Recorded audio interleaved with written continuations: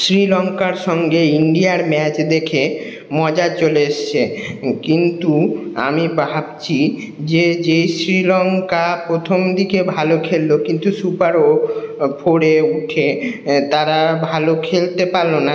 তারা ইন্ডিয়ার সঙ্গে অন্য টিমের থেকে ভালোই টক্কর দিয়েছে। তারা যদি ফাইনালে কোয়ালিফাই করতো, তারা ইন্ডিয়াকে ভালো টক্কর দিত পাকিস্তানের থেকে।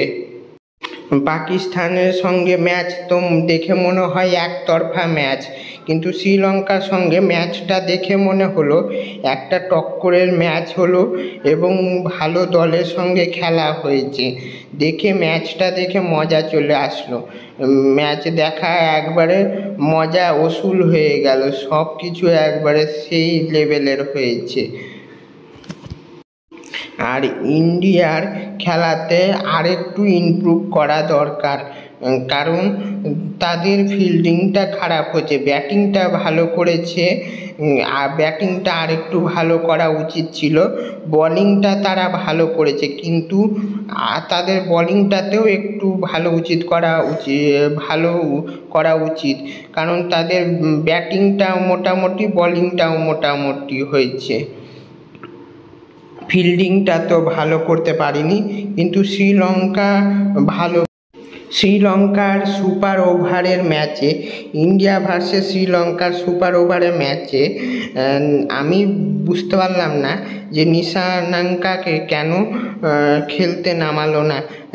জানি সে অনেক রান করেছে, তার অনেক খাটনি হয়েছে, তাকে রেস্ট দিয়েছে, কিন্তু তাকে নামানো উচিত ছিল। সে একটু বেশি রান করতে পারত।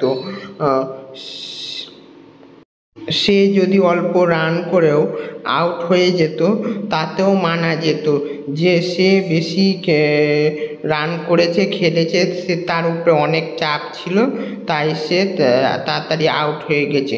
কিন্তু আমার মনে হয় যদি নিশাঙ্কা নামতো, আর একটু ম্যাচটা সেরা হতো। আর যে ইন্ডিয়া যে উইকেট নিয়েছিল, ওইটা যে কোন রুলসে পড়ে বুঝতে পারিনি। যে ইন্ডিয়া আউট করে দিল, উইকেট নিয়ে নিল, তবুও ওটা আম্পায়ার কল করার জন্য, এবং আম্পায়ার আউট দেওয়ার পর আম্পায়ার কল করার জন্য শ্রীলঙ্কার, তো ওটা নট আউট হয়ে গেল। এটা কোন রুলস আছে আমিও জানি না, এবার প্রথম দেখলাম। এটা একটু কেউ জানলে একটু বলে দিবা তো, কি রুলস আছে যে ইন্ডিয়ার প্লেয়ার রান আউট করলো তবুও সেটা আউট হলো না। আর এমনি ম্যাচটা সেরা হয়েছে।